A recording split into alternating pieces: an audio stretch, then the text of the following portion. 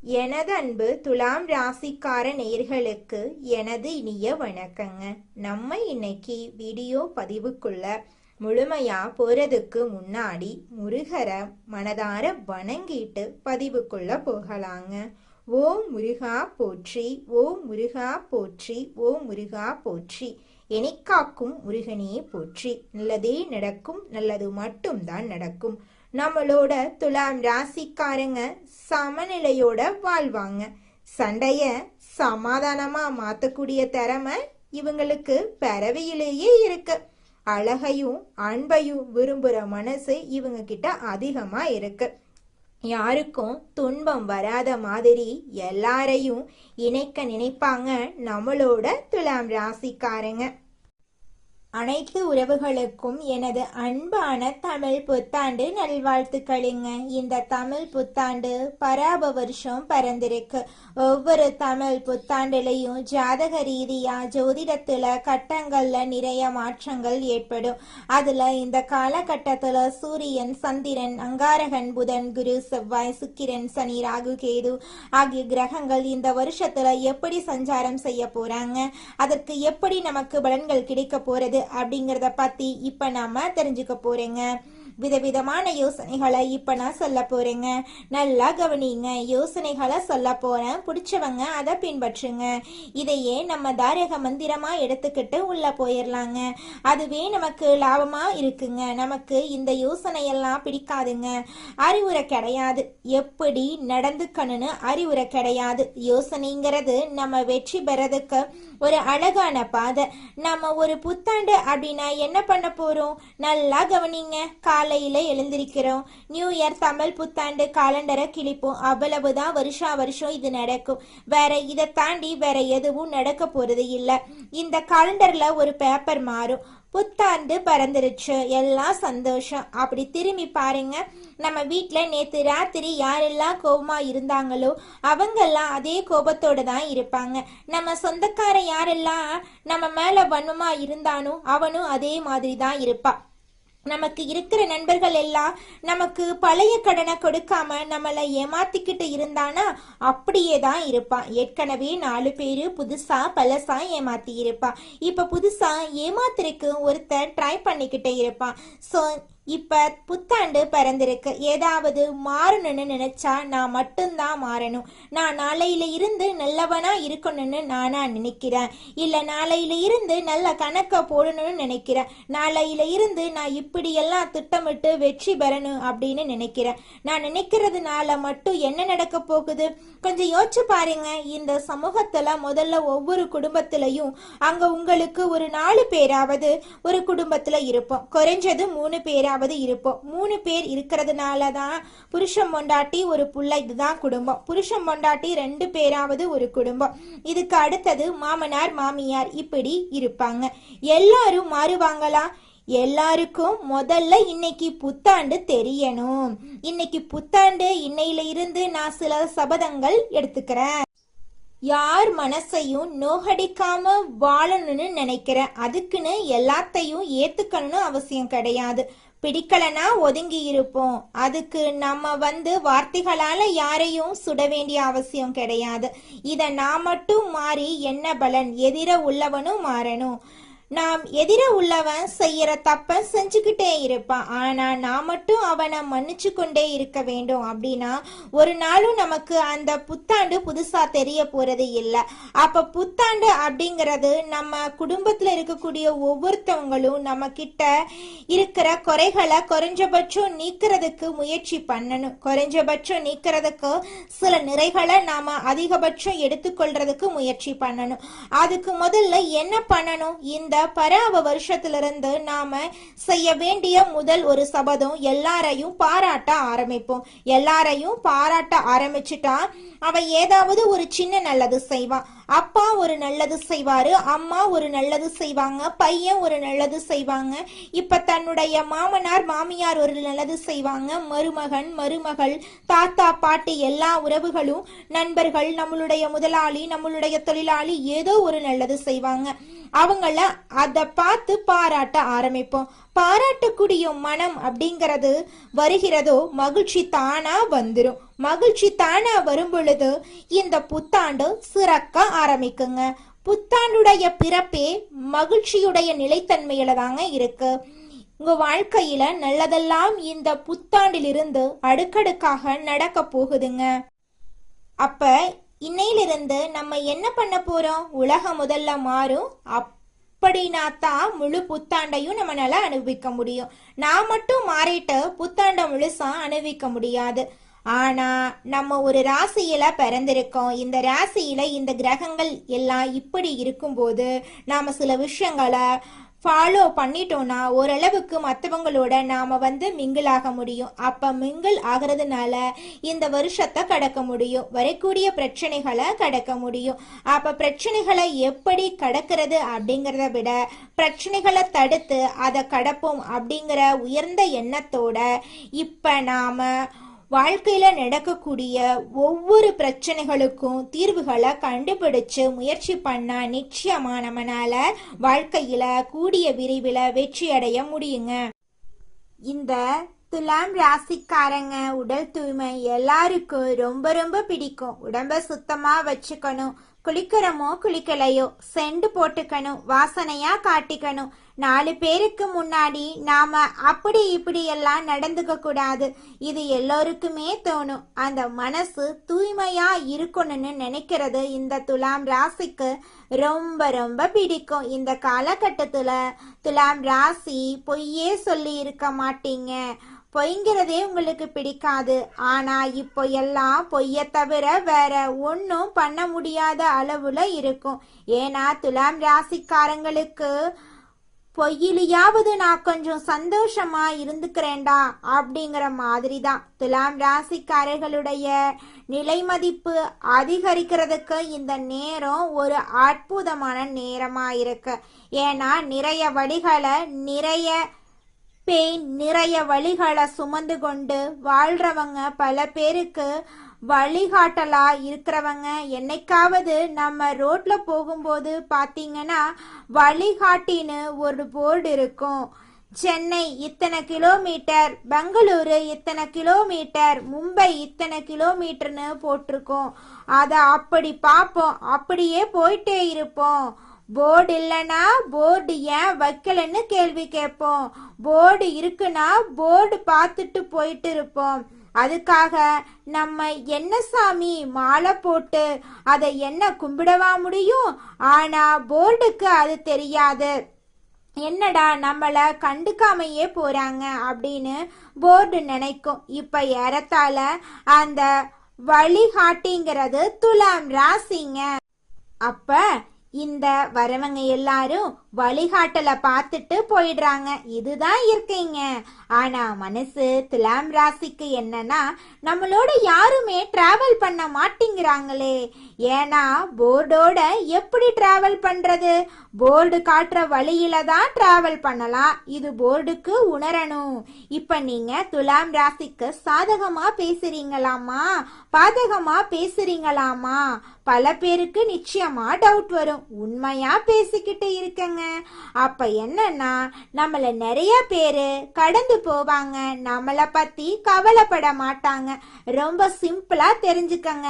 நம்மள கடந்து போவான், அவன் நம்மள வச்சு செய்வான், அவன் வேலைக்காக பயன்படுத்திப்பான். ஆனா நம்மளோட அக்கறையா ஹேண்டில் பண்ண மாட்டான். நம்மள பத்தி துளி கூட யோசிச்சு பார்க்க மாட்டாங்க. இதுதாங்க நம்ம வாழ்க்கையே. இத புரிஞ்சுக்கிட்டா நம்மனால வாழ்க்கையில சீக்கிரமா ஜெயிக்க முடியுங்க. ஒருத்தவங்க திருப்பதிக்கு போயிட்டு 5 லட்டு வாங்குறாங்க. 5 லட்டையும் அவங்க சாப்பிடுவாங்கன்னு பாத்தீங்கன்னா கிடையவே கிடையாதுங்க. அவங்களுக்கு தெரிஞ்சவங்களுக்கு ஷேர் பண்ணி தருவாங்க. பிடிச்ச பொருளா இருந்தாலும் அதுக்கு மேல அது தேவைப்படாத போதுதான் வெளியில கொடுப்பாங்க. ஆனா பிடிக்கிற பொருளை கூட மற்றவனுக்கு கொடுத்துட்டு சும்மா இருக்கிறவங்க இந்த துலாம் ராசிக்காரங்க. இப்படி முரண்பாடு கொண்டு இந்த உலகத்துல எப்படிங்க நிம்மதியை தேடிக்கிட்டு இருக்க முடியும்? எப்படி நிம்மதியை தேடுவீங்க? எப்படி மகிழ்ச்சியை தேட முடியும்? ஆர்கியூமெண்ட் பண்ற உலகங்க. இது இந்த ஆர்குமெண்ட் பண்ற உலகத்துல நீங்க எவ்வளவு தூரம் ஜெயிக்கிச்சுட்டு வந்துட்டு இருக்கீங்க தெரியுமா? அப்ப கடவுளுடைய கிஃப்ட், நீங்க கடவுளுடைய கிரேஸ் உங்களுக்கு நிறைய இருக்கு. அத மட்டும் முதல்ல நம்பிக்கை வச்சுக்கங்க. மனுஷன் உங்களோட துணையா இருக்கணும்னு அவசியம் இல்லை. கடவுள் உங்களோட துணையா இருக்காரு. பல பேருக்கு வழிகாட்டியா நீங்க இருக்கீங்க.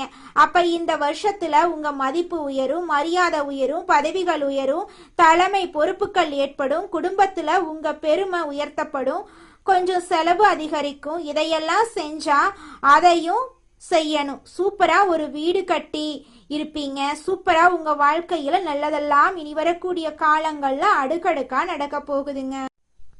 துலாம் ராசிக்காரர்களே, இந்த தமிழ் புத்தாண்டுல இருந்து உங்களுடைய உடல்ல ஒரு சக்தி ஏற்படும். முடியாதவங்களுக்கு கூட உடல்ல வலிமை ஏற்படும். இந்த வருஷத்துல டோன்ட் ஃபீல், உங்க உடம்பு நல்லா இருங்க. ஆனா மருந்து மாத்திரையில உங்க உடம்பு நல்லாகிறத விட உங்க மன தைரியத்துல தான் உங்க உடம்பு நல்லாகும். வியாதி கூட உங்களை கண்டு பயப்படும். நம்புங்க, வியாதி உங்களை கண்டு நிச்சயமா மிரண்டு ஓடிரும். ஏன்னா அது வியாதி இருக்குன்னு மனம் என்னைக்கு திங்க் பண்ணுதோ அன்னைக்கு உடம்பு செயலிழந்துரும். ஆனா இந்த மனம் அதை திங்க் பண்ணாது.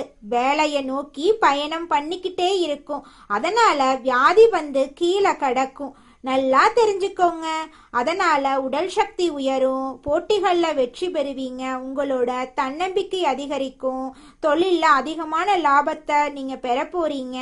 உங்களுடைய வாழ்க்கையில நல்லதெல்லாம் அடுக்கடுக்கா நடக்க போகுதுங்க. அடுத்ததாக நம்முடைய துலாம் ராசியில் இருக்கக்கூடிய ஒவ்வொரு நட்சத்திரக்காரர்களுக்கும் இந்த மாதம் எப்படி இருக்குன்னு பார்க்கலாங்க. நம்முடைய துலாம் ராசியில் இருக்கக்கூடிய முதல் நட்சத்திரம் சித்திரை 3, 4ஆம் பாதம். உங்களுக்கு இந்த மாதம் எப்படி இருக்குன்னு பார்க்கலாங்க.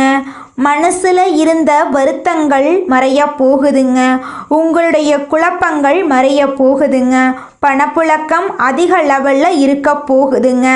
இடமாற்றம், நிலை மாற்றம் எல்லாம் உங்களுக்கு ஏற்பட போகுதுங்க. கணவன் மனைவிக்கு இடையே இருந்த பிரச்சனைகள் எல்லாமே காணாம போகுது. கணவன் மனைவி இருவருமே ஒற்றுமையான வாழ்க்கையை வாழ போறீங்க. உங்களுக்கு அனுகூலம் ஏற்பட போகுது. உங்களுடைய எதிரிகள் உங்களுக்கு அடங்கி போக போறாங்க. கூட்டு தொழிலில் ஈடுபாடு உள்ளவங்க அதிக லாபம் பெற போறீங்க. அடுத்ததாக நம்முடைய துலாம் ராசியில் இருக்கக்கூடிய நட்சத்திரம் சுவாதி. உங்களுக்கு இந்த மாதம் எப்படி இருக்குன்னு பார்க்கலாங்க. உங்களின் உடல் ஆரோக்கியத்தில் சிறு பாதிப்புகள் ஏற்படலாம். கொஞ்சம் கவனமாக இருந்துக்கோங்க. பிள்ளைகளால் சந்தோஷம் உங்களுக்கு கிடைக்க போகுது. அதிர்ஷ்ட வாய்ப்புகள் கைகூடி வரப்போகுது. தாயின் உடல் நலனில் கவனம் செலுத்தி வர்றது அவசியங்க. தெற்கு தென்கிழக்கு திசை உங்களுக்கு அனுகூலம் தருங்க. உங்கள் குடும்பத்தில் இது நாள் வரைக்கும் தடைப்பட்ட அனைத்து காரியங்களுமே இனி வரக்கூடிய காலங்களில் தங்கு தடையின்றி நடக்க போகுதுங்க. உங்கள் குடும்பத்தில் இருந்த அனைத்து பிரச்சனைகளுக்கும் தீர்வு கிடைக்கக்கூடிய மாதமாக இந்த மாதம் உங்களுக்கு அமைஞ்சிருக்குதுங்க. உங்கள் வாழ்க்கையே சொர்க்கமாக மாறப்போகுதுங்க.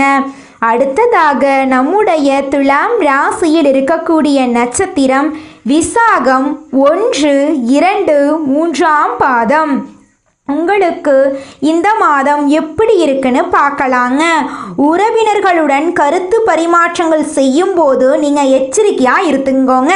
நீங்கள் ஒருத்தங்கிட்ட பேசும்போதும் சரிங்க, ஒரு செயலை செய்யும் போதும் சரி, இவங்க கிட்ட இந்த சொல்லலாமா, இந்த செயலை செய்யலாமா, இதனால நம்மளுக்கு ஏதாவது பிரச்சனை வருமா, நம்மளை சுற்றி இருக்கிறவங்களுக்கு ஏதாவது பிரச்சனை வருமானு 1க்கு 2 முறை ஆலோசனை பண்ணி செயல்படுறது உங்களுக்கும் நல்லது, உங்களை சுற்றி இருக்கிறவங்களுக்கும் நல்லதுங்க.